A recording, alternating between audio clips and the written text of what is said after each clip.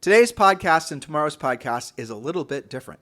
Julie and I felt motivated to talk about one of our favorite topics that's near and dear to our heart, which is unrepresented owners, aka FSBOs. And we did this on the fly. We had no notes, which made Julie shudder, right? Yeah.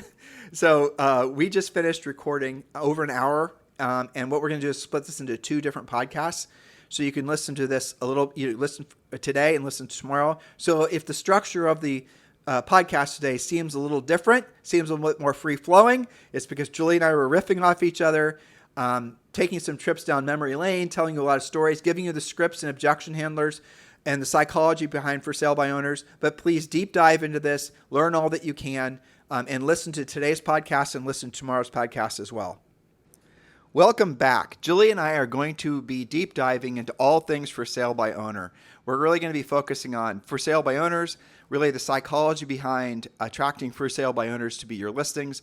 We're going to talk about why they think about going FSBO. Julie has got a bunch of statistics ready to share with you so that you will be further, I think, motivated to pursue for sale by owners. All things FSBO. That's what today's podcast is going to be about. Now, unlike our normal podcast, Julie and I have absolutely no script. We have no outline. And so we're going to be running this podcast today as a bit of a conversation. So if we kind of bounce back and forth, forgive us.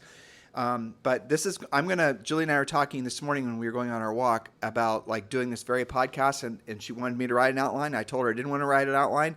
I wanted to run it like I would have ran a high-level coaching call with someone who is interested in learning about for sale by owners. So I'm going to treat all of you, dear listeners, as if you're, coaching clients paying me $2,500 a month. And so this is going to be an introductory call.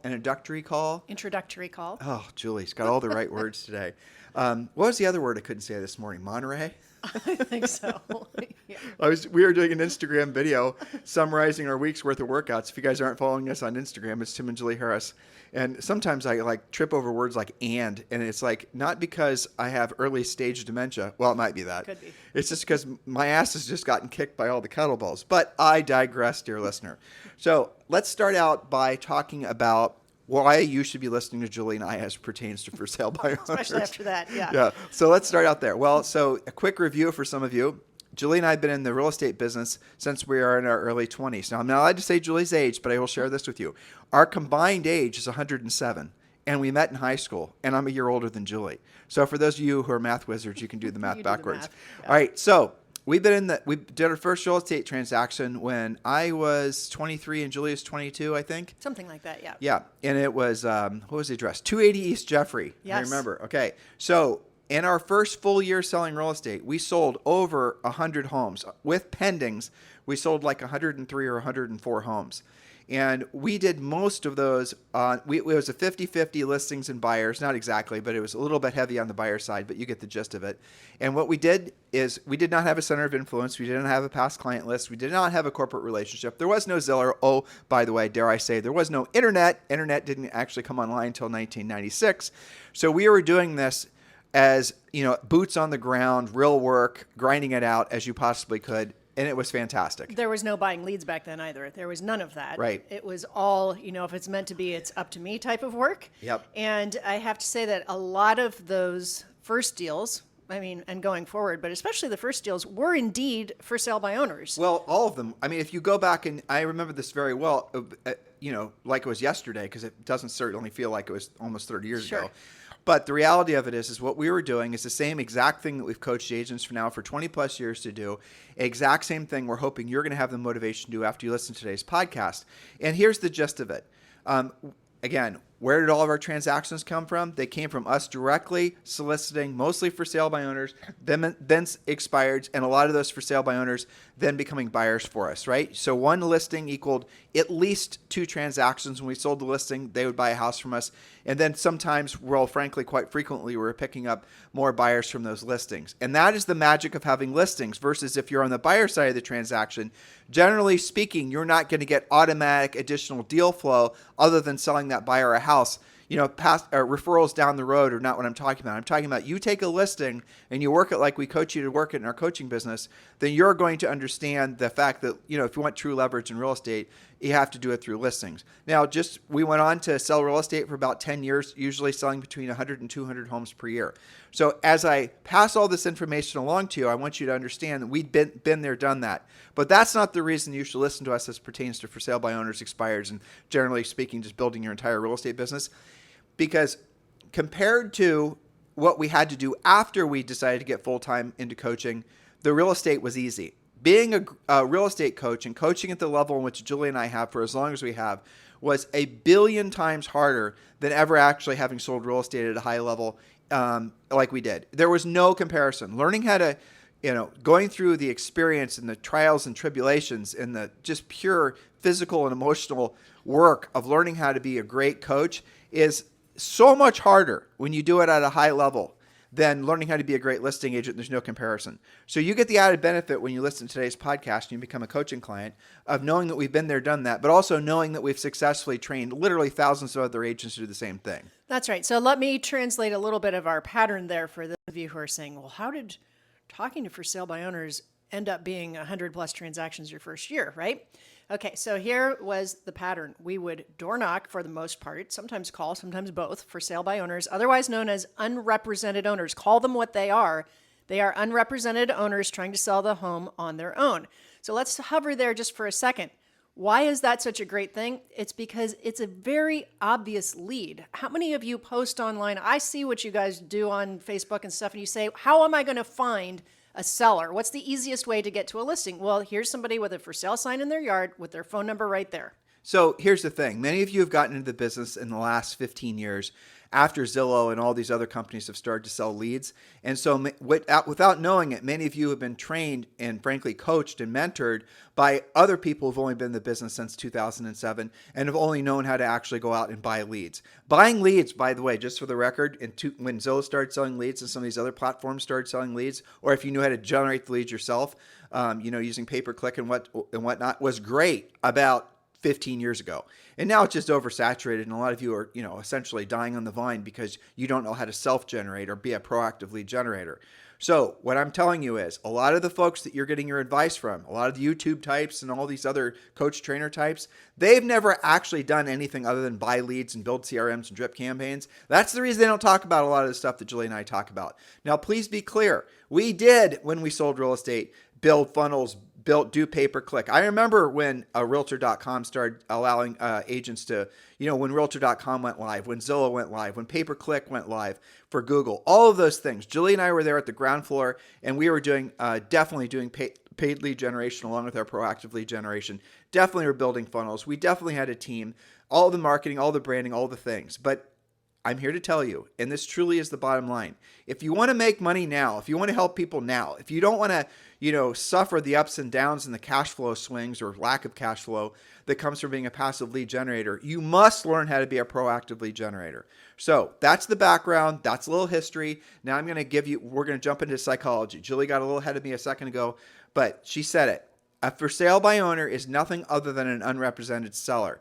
Now I'm going to tell you a coaching story, this is kind of a funny coaching story, but it's true. You can do. Okay, so I'm trying to remember his name. We interviewed him. He was on the podcast, Michigan Matt. Okay, Michigan Matt. Yeah.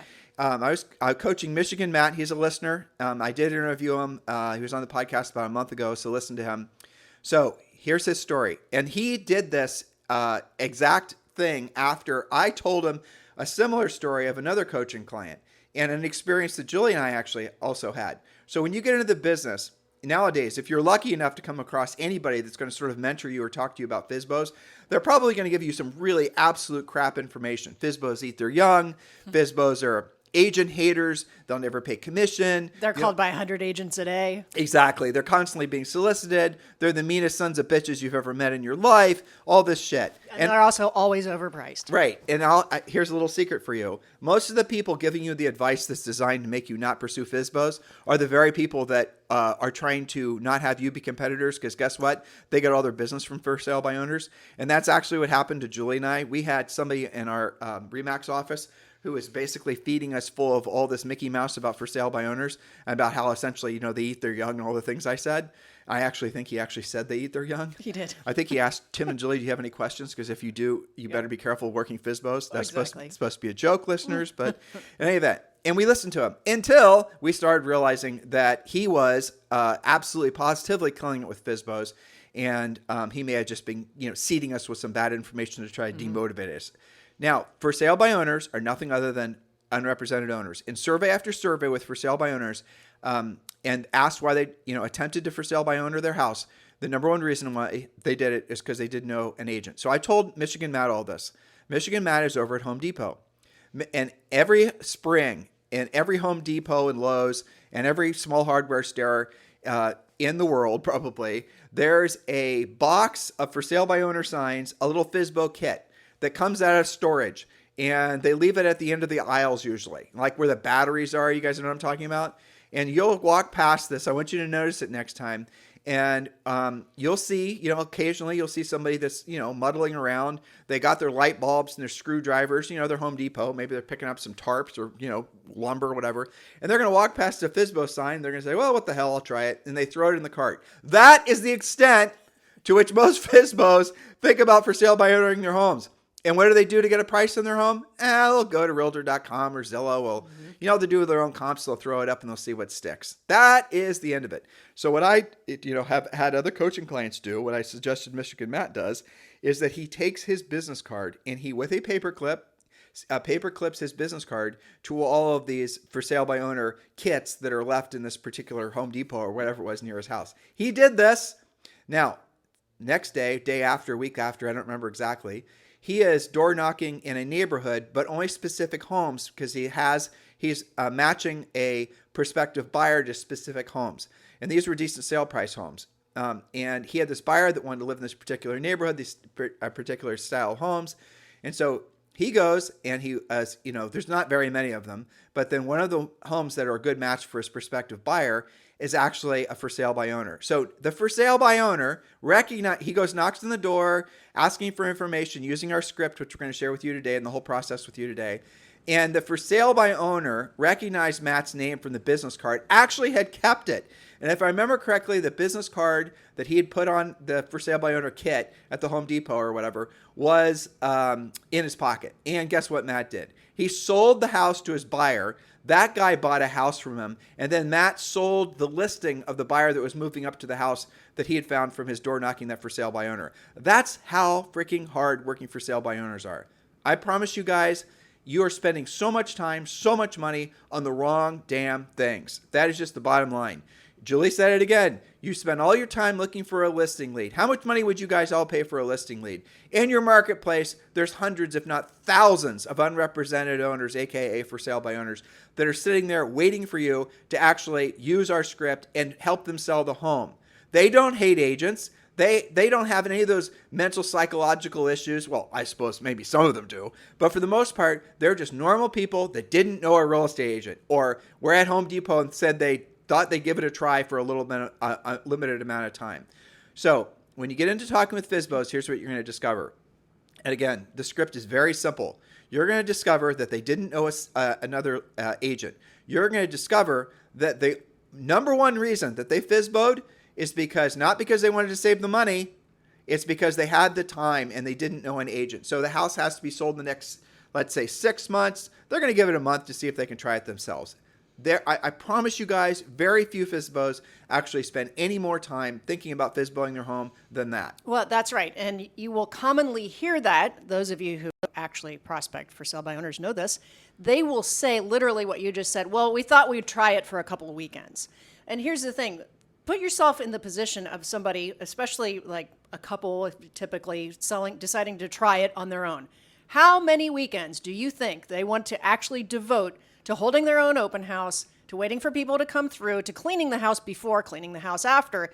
Almost always they lose their will to for sale by owner if it's not sold in the second weekend. Well, let's give them some statistics because you had these that you shared with us the other day because you're writing that article for Housing Wire. Yes, and I think they'll be surprised to hear this.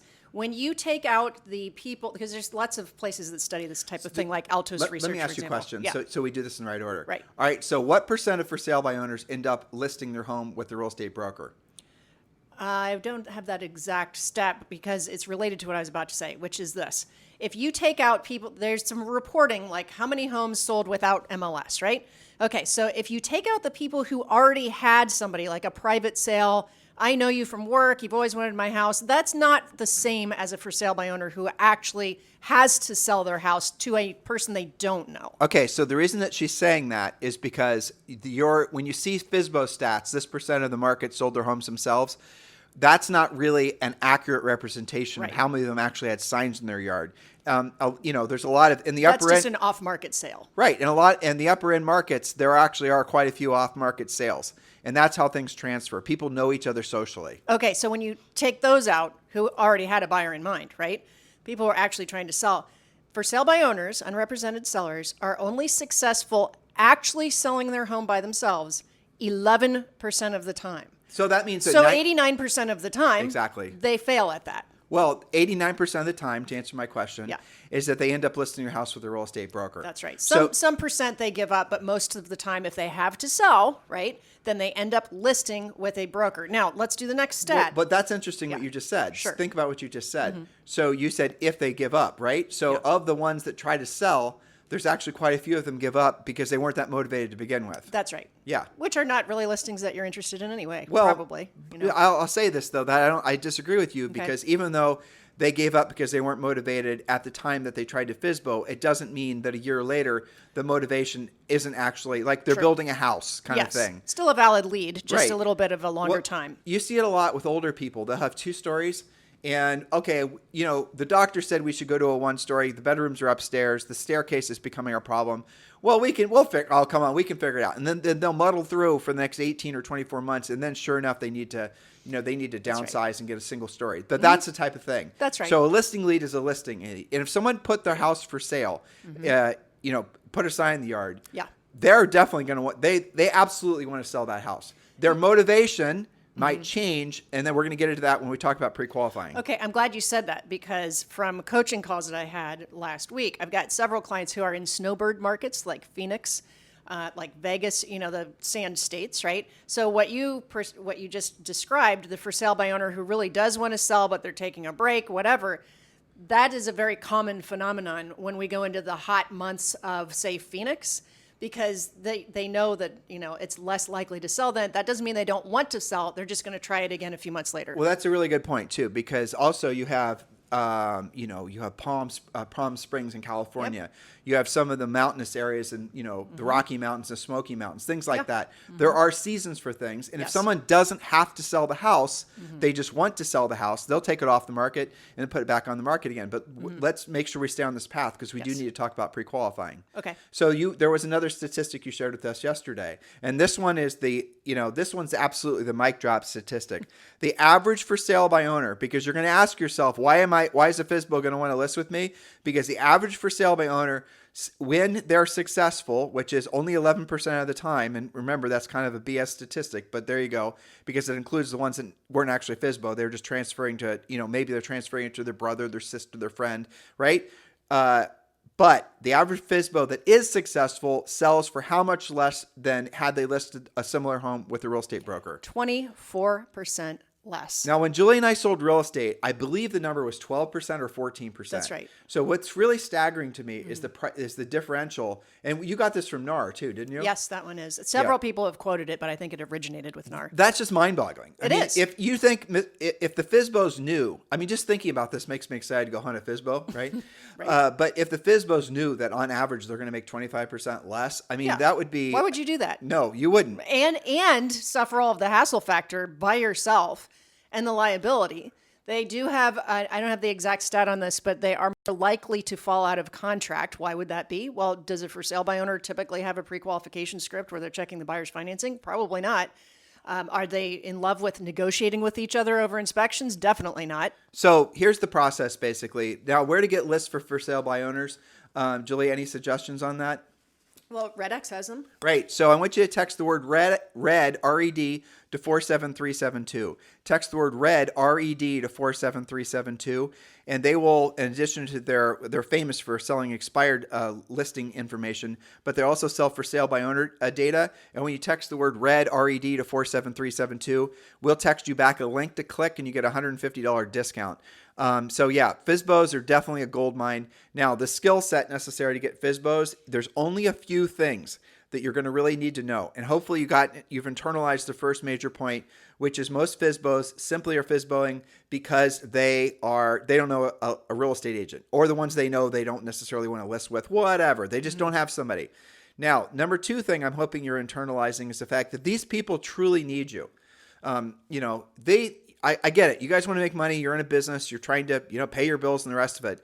But I hope you're understanding that if you drive past a for sale by owner and, you don't do anything to help them get that home sold, you're soliciting them for a listing and you're going to get paid a commission. But what you're really doing is saving them from the inevitable fate of failure and or, netting that much less on the sale of their home. Exactly. And Julie mentioned liability too. So there could be some trailing nastiness that came as a result of them trying to sell it themselves. You have an obligation, dare I say a moral obligation, to try to save those people from the fate of making a bad decision. That is a mindset shift that some of you should adopt, because at the end of the day, your highest and truest purpose on planet Earth, the thing that makes you frankly the happiest and the most fulfilled, is being of service to other people. And here's an opportunity for you to be of service to other people and get paid. That is what I call a win-win. Yes, that's right. And I was just having this for sale by owner conversation with Jeannie in Phoenix, actually. And I was harassing her a little bit, reminding her that here's somebody with a for sale sign in their yard. I got a house to sell. Here's my phone number. And what is it you do for a living? You sell real estate, right? It makes sense that you would talk to each other, correct? And yet, how many agents keep on driving by, right? As a coach, I almost feel like it's malpractice not to talk to them when they so obviously need your help. And then you have as you said at the top of the podcast, it's not just helping that person. What percentage of for sale by owners also haven't purchased something yet? So there's a second transaction. Your example with your client in Michigan, Matt, he had potentially a third transaction because he was bringing his wayward buyer to buy a for sale by owner.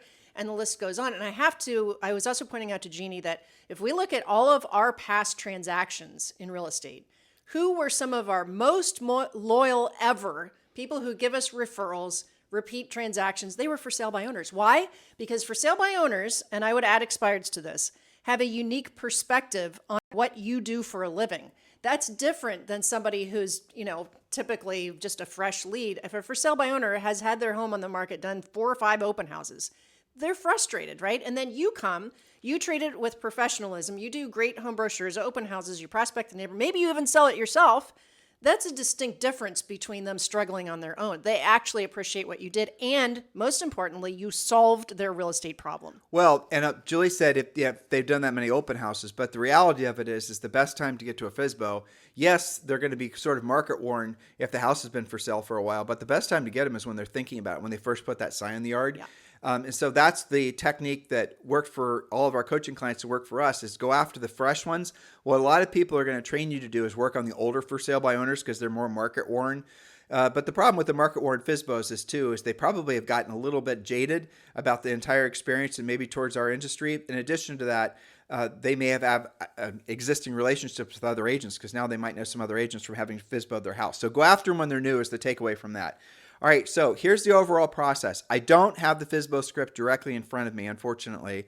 We're doing this podcast on the fly because we're about to get on a plane. But here's the gist of it. And if you want more information on our entire coaching platform, including obviously how to become a powerful listing agent, which should be priority number 1 for all of you, text the word Premier, P-R-E-M-I-E-R, Premier, P-R-E-M-I-E-R, to 47372 and become a Premier coaching client. But I'm going to give you the overview. I'll give you as much as the scripts as Julie and I can remember off the top of our heads.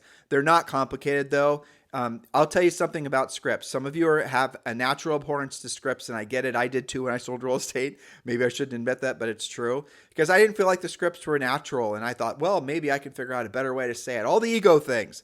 But then when I did start adhering to a good script, then I started realizing the importance of following a proven path because it'll get you results faster without a bunch of trial and error. Learning on the job and earning on the job are two different things. We want you to earn on the job or learn or earn while you learn. Get it? So you can learn, but make sure you're earning. Don't spend all your time learning and not earning. Otherwise, you're going to go broke. That's right. It's a bit of a tongue twister, but I think you guys get it. All right. So you got your list of for sale by owners. You got your door knocking. And the initial conversation is very simple. You're going to call them up or you're going to door knock them. And you're going to you follow our usual listing process. You want to look professional. You want to look nice. You want to, absolutely positively remember, and it is true, like it or not, first impressions basically win or lose you the deal. Okay? There's that. And then we want you to let them know this. I would do this in the way I coach people to do it is call them first and say, ring, ring, hello. Hi, this is Tim Harris with eXp Realty. As you may know, we work with a lot of buyers in the area, and we have a lot of folks looking in your neighborhood. And I was calling just to see if I could get some general information on the house. Now, they're going to respond one of several ways. The first way they're going to say, some of the ones are going to be a little adversarial, but remember, when someone acts adversarial to you, it's because they're nervous about the process and they're scared, not because they dislike you. So you have to be careful never to take any of the, maybe some of the little slightly rough-edged comments that someone might say to you just in life in general as a representation of you. Don't internalize these things because most folks, especially for sale by owners, are going through an enormous amount of stress. Remember, in life, you guys can Google this, selling a home is one of the top 5 most stressful things, followed by having a baby, or death of a loved one. Those types of things. So FSBOing, selling a home, you don't know the backstory of what's going on in their head. There could have been all kinds of things that are, basically making their life a thorn patch at present. And you're not just selling the house. Maybe isn't something you even wanted to do that they have to do. So keep all these things in mind. And the way you put a nice, warm, cozy blanket on your emotions is remember and never forget.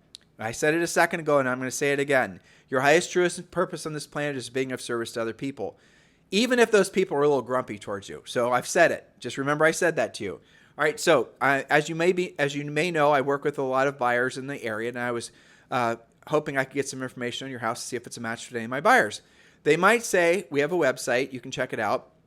And you say, well, great, I will. They might say, I have a brochure. You can stop by and get it. You can say, okay, great, I will. But still go back and ask some questions. Well, just as an overview, can you give me a little bit of just a download on the house, just some specifics? I see when the house was for sale before. Smart for you to look in the MLS, dear listener, and see what the history of it was prior to them selling it themselves or trying to. And you're going to see that the house maybe was for sale. They bought it 7 years ago, and you might be able to look through some of the listing pictures.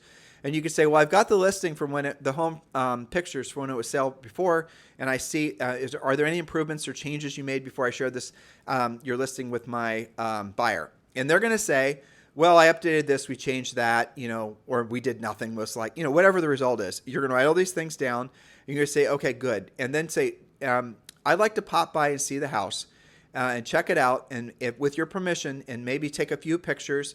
I've got quite a few buyers now that you've told me about it that I think actually might be a good fit for this house. So would today at 4 o'clock or today at 7 o'clock be better for you? Don't ask them if you can stop by. Don't ask them for a time. Just go right to having them choose what time. If it's, maybe it's a Friday you're calling them and you want to say, is tomorrow morning at 10 a.m. good, or would 1 p.m. be better? Just choose a time, Mr. Seller. Don't make it more complicated than that. All right, they're going to choose a time or give you an alternative time. Then you show up. And now you're going to have to show up, and you're going to have to follow all the rules that we teach you in Premier Coaching as far as basically, how to present yourself for the first time to a prospective seller. I touched on it a second ago with regards to first impressions, but there's a lot of little micro steps that if you don't do correctly, will compound against you and will result in them not liking you or you getting the listing, taking your shoes off, showing up early, don't park in the driveway, all these things. They're in Premier Coaching. Text the word Premier to 47372. Now, what I want you to do is they're going to invite you in the house. I would say 90% of the time, they're going to be very friendly, very nice. And, there's not going to be a lot of tension or anything. They're going to offer to have you tour the house, or they're going to, you're going to ask to go on a tour. You want to see everything that they're proud of. You want to get to know the house because guess what? Hoping you have an actual buyer for this place, right? Or you might, as soon as you walk out, you're going to get a text, somebody looking for the exact house. Think of Michigan Matt. All right, so what you're going to do then is you're going to walk around the house. Now, this is a little bit of an art and science, what I'm about to tell you. you need to walk around the house with, and you ask their permission first to do what I'm about to say. You can ask them if you can record the tour as you walk around. You can record them on video on your phone, which is what, frankly, you should be doing. And if they're uncomfortable with that, ask them if you can record just audio as you walk around and ask them questions. What I want you to understand is that soon as you start recording, either audio only or audio video with your iPhone, and they start seeing that little light on your phone, their whole stance and whole attitude and approach is going to change because all of a sudden they're on camera, okay? And you're going to understand the psychology of that as we walk through. Now, when you're walking through a house, I want you to ask them questions and show a great deal of interest. If you struggle with energy and enthusiasm, go to Starbucks prior to going to this appointment and absolutely jack yourself up on a triple espresso. Because again, most people choose agents based on their energy and enthusiasm. No one's going to want to list with you or buy a house through you if you have low energy and enthusiasm and you're Mortimer the Mortician in your presentation. If you're wondering why you're not being successful, it's because you're not making people feel that you're enthusiastic about the house. You have to be enthusiastic about the house. You have to be excited. You have to ask questions. When they show you something or they tell you something, you need to ask questions about it. You need to show interest in what they're interested in. This is their home. They're interested in a lot of different things. Any of the things that they improved, you need to really ask about. And again, you're gathering information on the house. You're showing that you're a professional and wanting to understand things. You're not just being quiet and following them around the house like a stalker. You're understanding the psychology to all of this. Now, while you're walking around, while you're having these informal conversations, while they're demoing the new refrigerator and whatever it is, telling you how the house has a whole Wi-Fi system and they put a new sprinkler system in, and oh really, what sprinkler system? How many head sprinkler system? What's that? You have that set up on it? All these things. Then you're going to ask them questions along the way, and these are the pre-qualifying questions. Okay, you're going to ask them these things. Mr. Seller, have you guys decided, like, once this property sells, where are you guys going next? Ask them questions about, Mr. Seller, the condition of this property is, really fantastic. How long did it take for you to get the house in this condition? And are there any other things you want to do prior to actually having the house for sale? Anything else that's still lingering that I might be able to help you with if you don't have time to do or don't want to do, like maybe a roof project or anything? And then slip back into the conversation. So you said a second ago that ideally you want the home sold in 6 months. And it's because you're moving, you're moving a new construction home and it's supposed to be done in 6 months. You're going and getting information on what their situation is. You're asking all these inquisitive questions intermingled with questions about the house, and they will answer your pre-qualifying questions as you're walking around. And what you're looking for is their motivation. You're looking for why they have to sell. In real estate, okay, there's have to sell and there's want to sell. The have to sells, everyone write this down and internalize it. Again, very deep. This is just an overview. If you really want to become an expert at this, join Premier Coaching. Text the word Premier to 47372. We'll text you back a link to join, and you can start your coaching sessions with a Harris Certified Coach today. The first 30 days is free. All right, so you are, asking these questions, getting to know the seller's getting to know you, the seller's liking you because you've shown energy and enthusiasm, you've shown interest in something they have interested in their house. You've gone through the whole thing. Now, you're walked through the house, you've got the audio, you got the video. This is the whole process, guys. It's not more complicated than this. You know what their motivation is. The have to sell seller. Here's the definition of a have to sell seller. They have to sell the house. Pretty damn simple, right? So in other words, the option of keeping the house or renting the house is not a desirable option for them. They have a financial reason. Maybe they don't want to own 2 homes at once. Maybe there's a legal reason. Maybe they're getting relocated. Maybe they inherited the house. Maybe there's who knows what. You want to know why the hell they have to sell the house. Because the ones that list and the ones that sell are the ones that have to sell. This podcast is a part of the C-Suite Radio Network. For more top business podcasts, visit c-suiteradio.com.